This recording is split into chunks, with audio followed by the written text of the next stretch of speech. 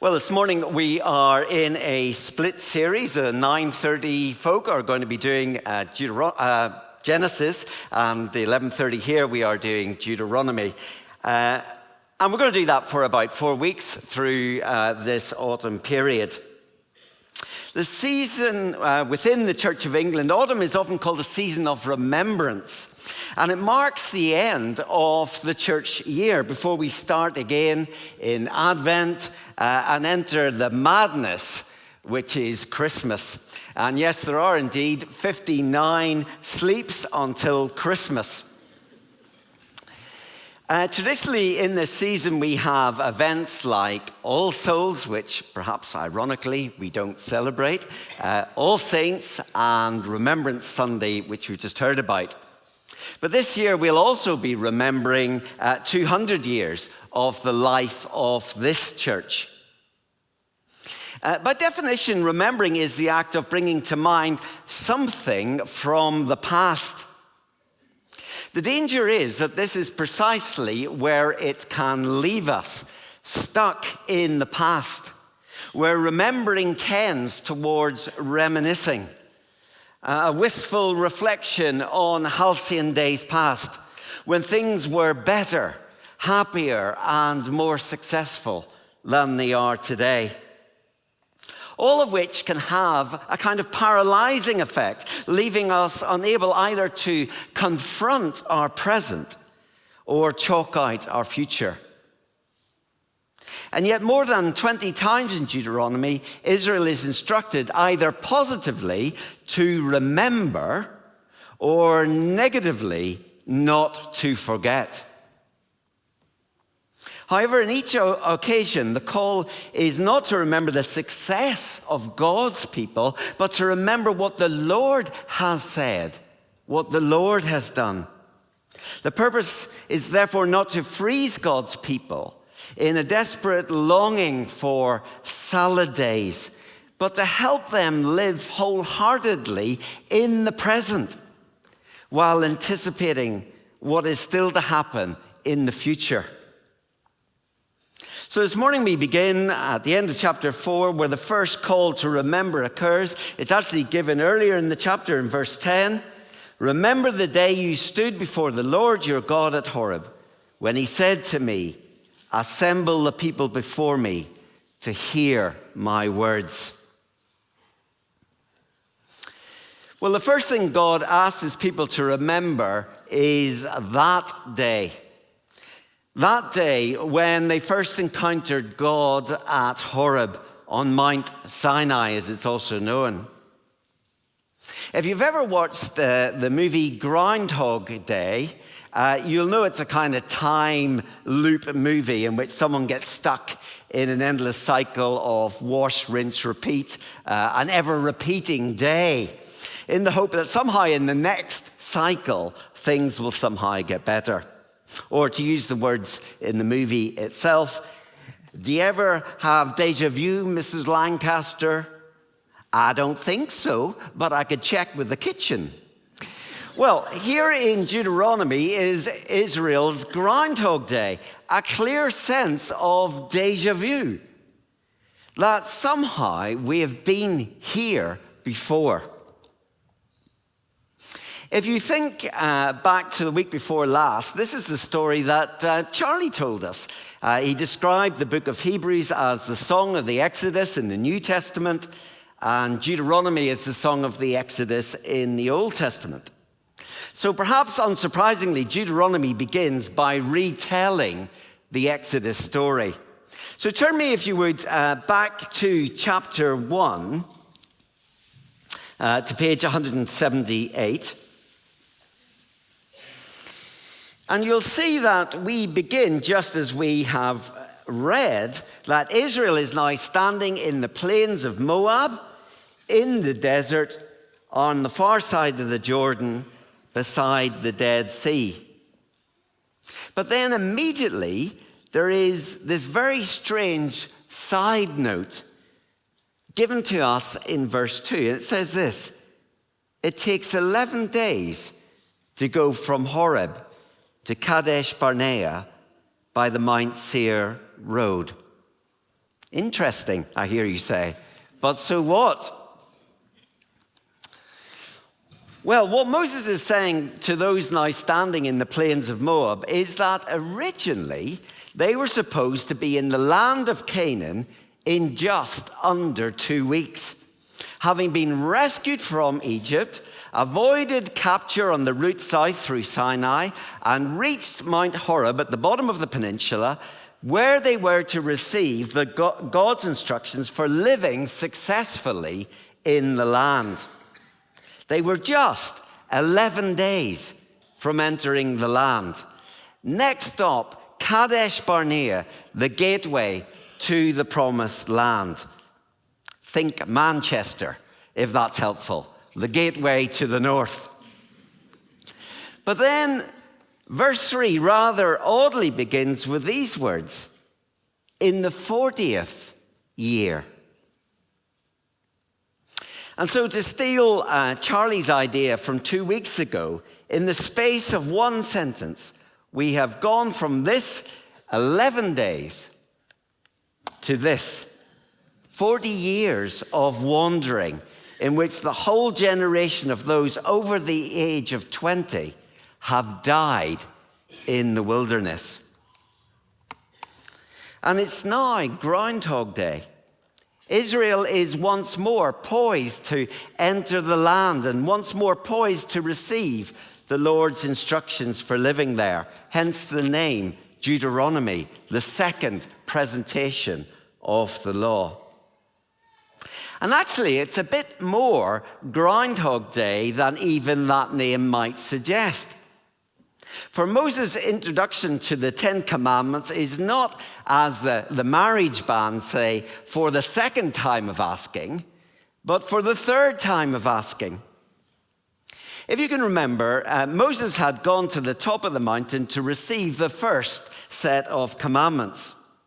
But after 40 days away, the people at the bottom of the mountain, they rebel, they construct a golden calf and worship it as the one who rescued them from Egypt. That is, until Moses, in his anger, grinds it to dust, dissolves it in water, and makes them drink it, and then has to reclimb the mountain to repair the shattered relationship between God and his people, to receive another copy of the law.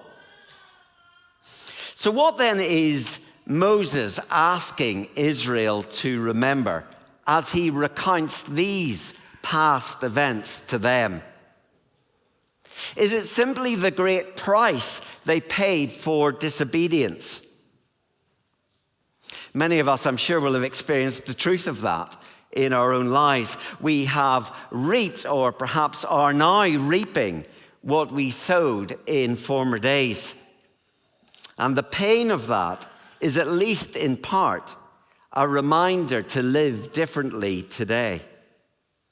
If we break the law will break us, one might say. And more or less, this is the pattern of Israel's life. Something that is repeated at Kadesh Barnea, where they refuse to enter because the spies report that there are big people in the land. But as we have seen, it's not just that they broke the law, it's that they forgot the lawgiver. And what becomes clear is that the law alone will not be sufficient to form these people into a nation that can represent God to the world. I was listening to a podcast last week where Professor John Lennox was asked what he thought the comfort of atheism was, to which he immediately responded, "It's that you don't have to confront God." Horeb is a reminder that God's people must confront God, must meet him personally, face to face, just as Moses had done at the burning bush.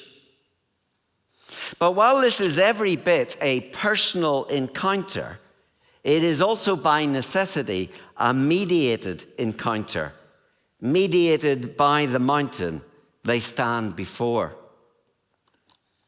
God is at the top. Moses and the priests are in the middle. The people around the bottom, and the hostile nations are ranged all around them. But Horeb will also be the place where the tabernacle is given. And I wonder if you've ever seen that it is effectively the mountain of encounter flipped onto the horizontal. It becomes a portable mountain, a mediation device where God can not only meet with his people, but journey with his people to their final destination, while still keeping a safe space between his holiness and their sinfulness. Okay, well, let's turn back then to chapter 5, to verse 5, and to pick up that encounter with God. Page 184. Moses says this, "I stood between the Lord and you, declare to you the word of the Lord, because you were afraid of the fire and did not go up the mountain." Israel has already seen God in action in Egypt. It was a visible demonstration of God's power and his authority over Pharaoh, proof that neither he nor his gods rule in the world, but that the Lord, Yahweh, that he is sovereign over all people. It's a display of God's kingship over all nations. But what we learn in that story is that this demonstration of God's kingship was unpersuasive. It actually hardened the heart of Pharaoh, who would not acknowledge God's rule over him. But interestingly, it appears that it also did the same thing to Israel. Exodus 32 describes the situation this way. "I have seen these people," the Lord said to Moses, "and they are a stiff-necked people, obstinate, difficult, forgetful, and ultimately disobedient." Despite witnessing God's rescue in Egypt, and despite having met him face to face in Horeb, their hearts too have been hardened against him. So that, as Numbers puts it, they have not followed me wholeheartedly. Here are a people who were unwilling to listen to what God said, for they stood at a distance. They had not learned to trust him, for they were fearful in his presence. And with stiff necks, they would not follow his instructions to their final destination. You see, Horeb is not simply a case of spiritual amnesia, forgetting somehow that God exists. Rather, it represents a decision to consciously ignore God, to deny him his right to shape their lives, to deny his right to rule. Therefore, in asking God's people to remember that day in Horeb, Moses is not just laying out the price of disobedience, but rather is inviting this new generation stood in Moab to make a different decision today. And that's my second point. We move from remembering that day of disobedience to remembering this day of decision for the Lord. As I was preparing, I came across this photograph. It's of the 75th Ranger Regiment. Now, if you're an American here and served in the Rangers, can we have a hoo-ah? We haven't got one. Oh dear. Reliving D-Day on the 6th of June, 1944. And clearly the regiment of 1944 is not the regiment of today. And yet somehow it is. Part of the army's joining process is an induction into the regiment's traditions, which are presented not as if they are historic, but living. As a ranger today, the moment you pass off the square, the moment you don that berry, you share in the regiments, in their glory, in its privileges, in its values. You are expected to live, and indeed die, according to its ethos, in continuity with everything that has gone before.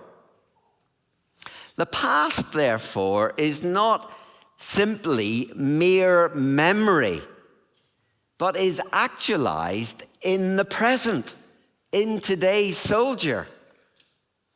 The photograph makes that very point, that we are you. It's a moment that transcends time, as I stand where you once stood. As you listen to the passage being read, I wonder, did you spot the rather odd grammar in chapter 5 there in verse 2? Have a look at that. The Lord our God made a covenant with us at Horeb. It was not with our ancestors that the Lord made this covenant, but with us, with all of us who are alive here today. Just like the photograph, we have transcended both time and place to bring these people together as one event. Moab has become Horeb, such that when God spoke to them, he was speaking now to us. The previous generation is dead in the wilderness, but the current generation remains God's partner in this everlasting covenant. It is every bit their covenant as those who received it at Sinai. Indeed, the covenant partnership extends much further back, doesn't it? For here, standing before Moses in Horeb, is Jacob, the man who wrestled with God and was renamed Israel. Here is Israel today. Moab's generation stands in absolute continuity with him, just as they stand in absolute contrast to those who failed to enter the land. As one commentator puts it, Israel in all its generations now stands in principle at the point of entry into the land. And actually, there is a very real sense that this generation is the more rightful owner of the words that were spoken by the Lord at Horeb. For they were words intended for those who would enter the land, not for those who wouldn't. So the question before us then is, will this generation grasp what their parents failed to take hold of? Will their remembrance of the past inform their decision in the present? Or will they too stiffen their necks, lose faith, and repeat the failures of the past? And so both the past and the future come together in this moment and rest on their actions today. Today is the day of decision. And so the idea of today becomes a defining time frame throughout the book of Deuteronomy. It's what makes Deuteronomy so contemporary as we assemble before God today and must decide to follow him. So what will make the difference then today if we are not to repeat the mistakes of the past? Well, have a look at chapter 5, verse 1. It says this: Moses summoned all Israel and said, "Hear, Israel, the decrees and laws I declare in your hearing today," literally in your ears today. "Learn them and be sure to follow them." 3 clear instructions are given to them. They are to hear, to learn, and to follow God's instructions. Notice that these are the reverse of what their ancestors did when they failed to possess the land. First, they must listen to God. I ended last week's service by asking you, had you listened? In part, it was to provide a link to today, but also it seemed to me that many of us are very distracted by our thoughts of all that's happened in the week, by the frustrations of traveling here to church, by the phones that were in people's hands. I mean, I know some of you use a Bible app and some of you take notes on your phones, but consider for a moment how easy it is to become distracted as the notifications keep pinging in, the temptation to look back at those, and therefore not to listen, not to hear in your ears. And then secondly, they are to learn. But they are to do this not just by consuming more information, but rather they are to learn through following, by doing. They are to have a lived experience of God, not a theoretical one. Many of us say something like this: "Oh, Jonathan, I can never remember Scripture." Well, maybe it's because we're not putting it into practice. See, in evangelical circles, information is rarely our problem. We have lots of it. But obedience may well be. As someone once said, it's dangerous to learn truth faster than we can live it.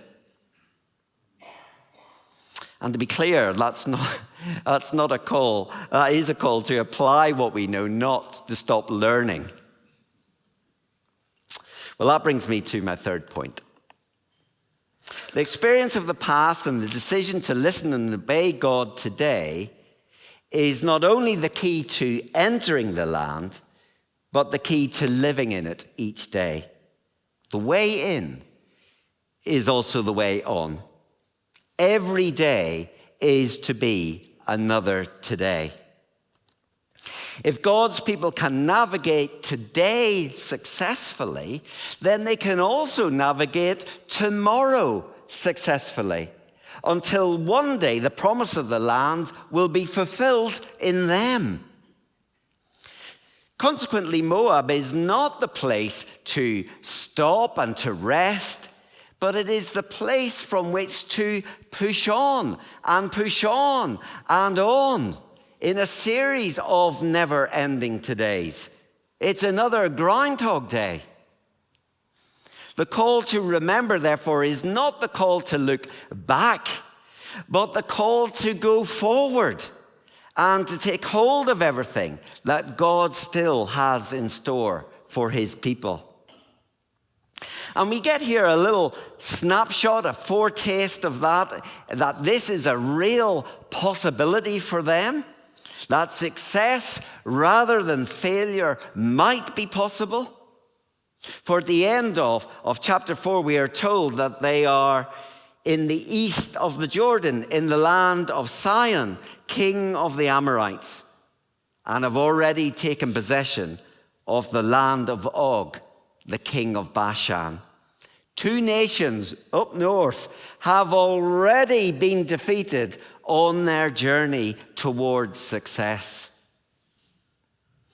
But then we also get the warning of danger. For not only is this the land of Sihon and of Og, it is also the valley of Beth Peor, the place where Israel had previously failed, having been seduced into unfaithfulness by local Moabite women and their gods. You see, even in a good place, the danger of forgetting God is never far away.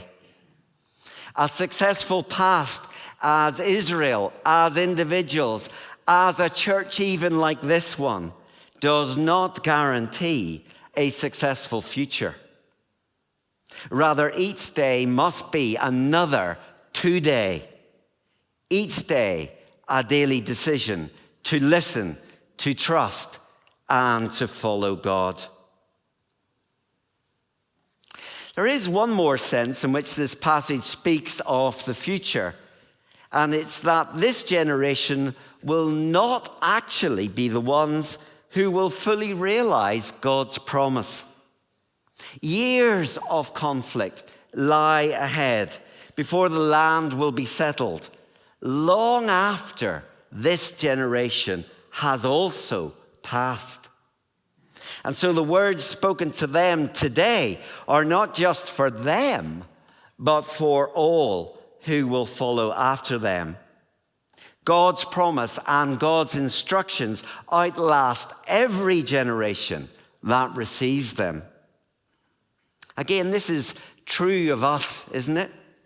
Our plans for this church as part of God's ongoing mission and fulfillment of that promise will ultimately be taken up by those who will follow after us. Unless, of course, Christ returns. Perhaps then, unsurprisingly, the command is to remember this story to their children.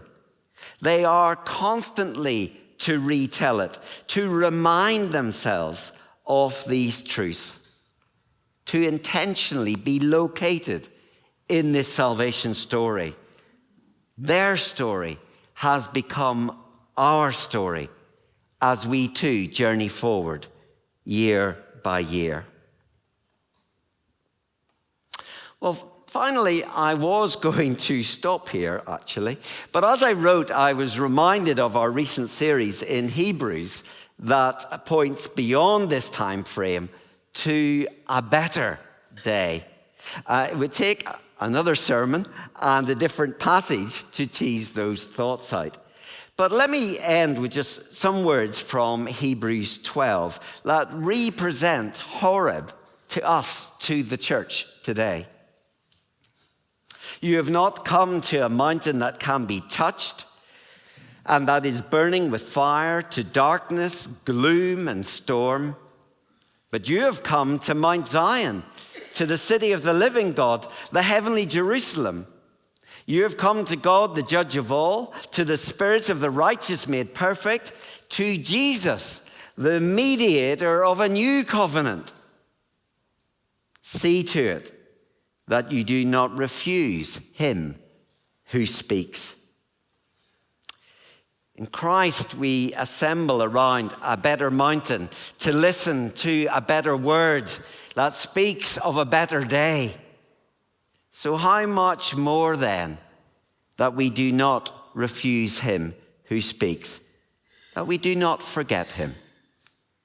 As the band comes up, if we got ready to go, let's not forget then that day of disobedience, that we might decide this day to obey and continue each day until Christ, who secured the better day, gives us our inheritance on that final day. Amen.